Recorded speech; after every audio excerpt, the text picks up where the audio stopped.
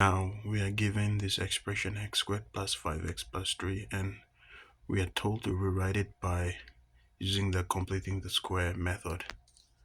I should put method here.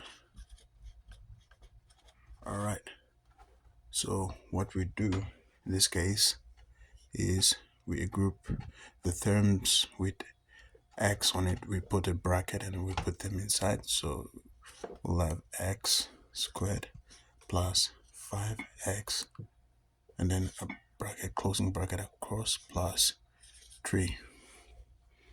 Now after this, the next thing we do is we form a bracket and we take the term x as the first term, x plus, and then we had it inside the bracket. We will put the half of 5 squared.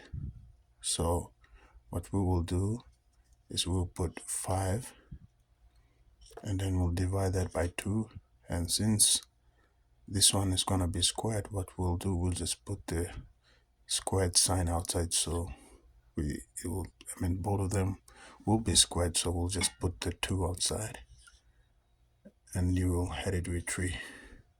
But since 5 over 2 wasn't part of the expression in the first place, in order to balance that, what we're gonna do is we're going to put this same value outside, but in this case we'll be subtracting it. So we will have x plus 5 over 2 squared, and in this case you'll put the same value outside, but this time you'll have to minus it. So you will put minus 3 over 5 over 2 bracket squared plus 3. Now we work this one out by rewriting the expression. X plus 5 on 2 squared minus 5 squared is 25, 2 squared is 4, plus 3. Now we can add these expressions.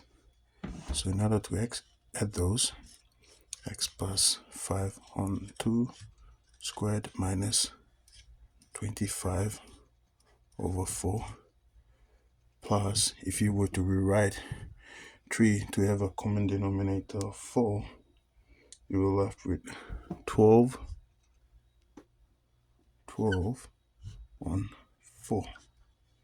Now if you add these two